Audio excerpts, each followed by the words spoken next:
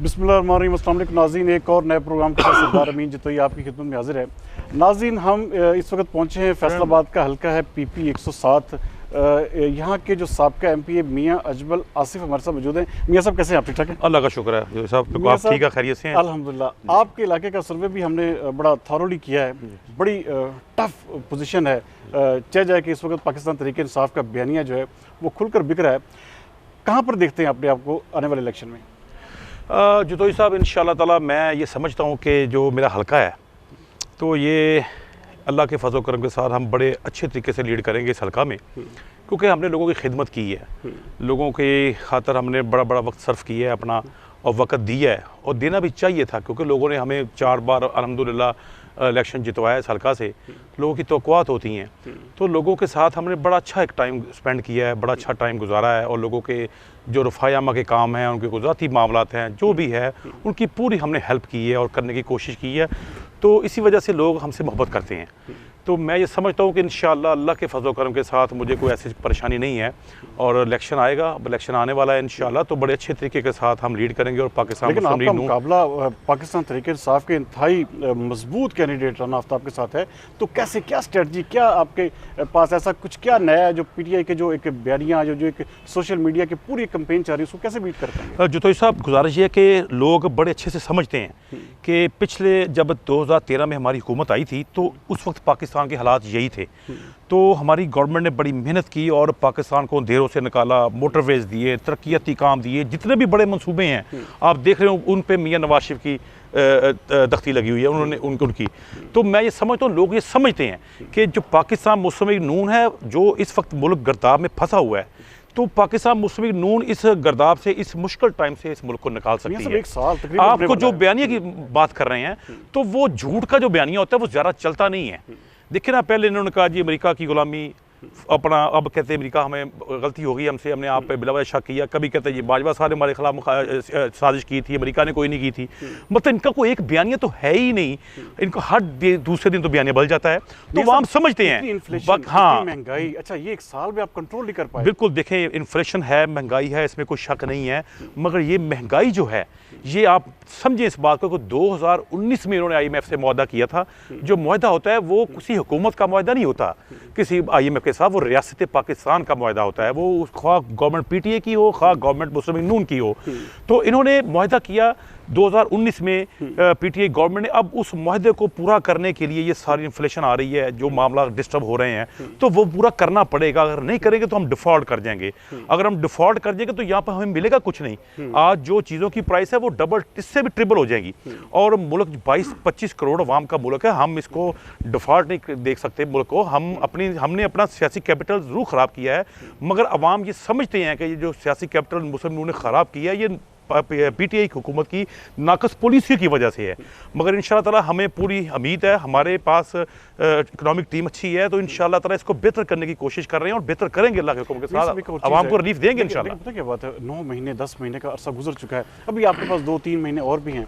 अच्छा, क्या इलेक्शंस तो आप चूँकि आपका इस वक्त कह रहे हैं कि ये 4-3 का फैसला है, इलेक्शन नहीं होंगे आपकी PDM की हुकूमत के मुताबिक, तो क्या किस तरह से अवाम को कैसे रिलीफ देंगे? इसके हवाले से क्या मुस्लिम लीग नून के पास कोई स्ट्रेटजी है? मैं ये कहता हूँ कि अवाम समझती है कि देखें 2018 में जब हमने गवर्नमेंट दी थी, इनको हमसे ली थी, तो उस वक्त आटे का रेट 35 रुपये किलो था, चीनी 50 रुपये किलो थी, घी 140 रुपये किलो था। महंगाई जो है वो 2% से ज़्यादा नहीं थी। आपकी जो GDP है वो 6 पॉइंट प्लस थी। तो हमने किस हाल में इनको मुल्क दिया, और जब इनसे लिया तो किस हाल में हमने लिया इनसे। अब जो चीज़ें महंगाई हो रही है, इन्फ्लेशन बढ़ रही है, ये अवाम को पता है कि इनके मुआहदे क्यों हुए IMF के साथ, वो पूरे करने ज़रूरी हैं। खा गवर्नमेंट वो PTI की होती, खा गवर्नमेंट वो मुस्लिम लीग नून की। 150 से 300 के बिल्कुल जितोई साहब ऐसे ही है। जो देखें, कोई ऐसी हुकूमत नहीं है जो शौक से सारा कुछ करे। अपनी नलायकियों से जरूर कर सकती खराबा, अपनी नलायकियों से मामला ख़राब कर सकती। जैसे इन्होंने गलत फैसले किए, मतलब कि टाइम पे LNG नहीं ली उन्होंने, आज पूरा मुल्क सफ़र कर रहा है। टाइम के साथ इन्होंने अपना बाइंग किसी चीज़ की नहीं की, पूरा मुल्क सफ़र कर रहा है। पहले उन्होंने जितनी हमारे पास फालतू चीनी पड़ी थी या फालतू नहीं भी थी, हमारे मुल्क की ज़रूरत थी, इन्होंने एक्सपोर्ट कर दी, फिर उन्होंने अपना इम्पोर्ट कर ली। इन्होंने गंदम एक्सपोर्ट कर दी, अब हम इंपोर्ट कर रहे हैं। देखिए इनके दौर में जो एक सोशल मीडिया पे आप क्यों फिर हार रहे हैं? क्यों ऐसा लग रहा है कि जैसे आप बैकफुट पे हैं और इतने बड़े ब्लंडर करने के बावजूद भी वो इतना पॉपुलैरिटी लेवल, तो कैसे इसको मैनेज करेंगे? मैं ये समझ पीएमएल की स्ट्रेटजी सोशल मीडिया के वाले से देखिए पीएमएल की जो स्ट्रेटजी सोशल मीडिया की है, सोशल मीडिया हम बड़े अच्छे से हमारे लोग चला रहे हैं और बेहतरी दिन ब दिन उसमें और मजीद आ रही है। देखें बात ये ग्राउंड रियलिटी की, मतलब कि ये मैं ये समझता हूँ कि हम हल्के के लोगों को मिलते हैं, देखते हैं, बातें सुनते हैं, इनको आवाम समझते हैं कि ये जो हम इस अजाब में फंसे हुए हैं ना, ये इनकी हुकूमत की वजह से फंसे हैं, इनके मुआहदों की वजह से फंसे हैं। तो इंशाल्लाह ताला मैं होपफुल हूँ कि हम इस अजाब से निकलेंगे जरूर इंशाल्लाह ताला। अच्छा, मुझे यकीन है अल्लाह के घर में। क्या इस हल्के के लिए क्या नया क्या ऐसा क्या प्लान है? कौन सी ऐसी चीज़ है जो आज तक आपने की है जिसकी बेस पर आपको लोग जो है दोबारा देखिए जी, इस हल्के में इंशाल्लाह ताला जो हमारा प्लान है, इस हल्के में हॉस्पिटल की बड़ी ज़रूरत है। नेक्स्ट हॉस्पिटल की, हमारे हल्के में हॉस्पिटल नहीं है। 30 चक में है अपना नरवाला रोड पे, तो मैं समझता हूँ कि लोगों को जाने में दुश्वारी है। इधर हमने जगह मंजूर करवा दी हुई है, हॉस्पिटल की जगह जो है वो हमने करवा दी हुई है बाईपास चौक पे। इसी तरह डिग्री कॉलेज का है, डिग्री कॉलेज की जगह जो हमारी गवर्नमेंट आई थी 2 मत के लिए, तो ये चीज़ें हम प्रूव करके गए थे। ये बाईपास जो बन रहा है, बाईपास आप देख रहे हैं, ये जब आप खुद सहाफ़ी हैं आप चेक कर सकते हैं। 2000 जो बजट बोला है हमने 22 का, तो उसमें हम ये प्रूव करके गए थे, इसका फंड रख के गए थे जो स्टार्ट हो गया है। पिछले 4 साल में यहाँ पर ये हाल था कि गुजरने को रास्ता नहीं था। अब ये माशाल्लाह बन रहा है। ये हमारा मंसूबा से 2 मत की हुकूमत में ये मंसूबा हमने दिया है 97 किलोमीटर का पूरा बाईपास जो फैसलाबाद के गिर्द है। इसी तरह अमीपुर बंगला जो है उसका जो रोड है वो देखे गए, वो बन रहा है। वीक है थोड़ा सा। अच्छा, उस सर्वे में भी हमें नजर आया कि वहाँ पे कुछ आपके लूप होल्स हैं, कुछ वीकनेसेस हैं, तो उसको कैसे जो साहब इंशाल्लाह मैं ये आपको ये कहता हूँ कि आपने वो नाडवाला रोड का सर्वे किया है, वो बात आपकी दुरुस्त है, मगर मैं ये समझता हूँ जब इलेक्शन स्टार्ट होगा ना, इलेक्शन के 10 दिन के बाद आपने फिर सर्वे एक बार फिर करना है जी, बिल्कुल। तो फिर आपने देखना है कि वो अब नाडवाला बंगला जा किधर रहा है। मैं यकीन से कहता हूँ जितनी लीड मैं उधर से लूंगा ना, तो आपकी सोच होगी इंशाल्लाह। अच्छा, पेंसरा आपका स्ट्रॉन्ग होल्ड है जी। अच्छा, यहाँ पे आपने बहुत सारे काम भी किए, बहुत सारा।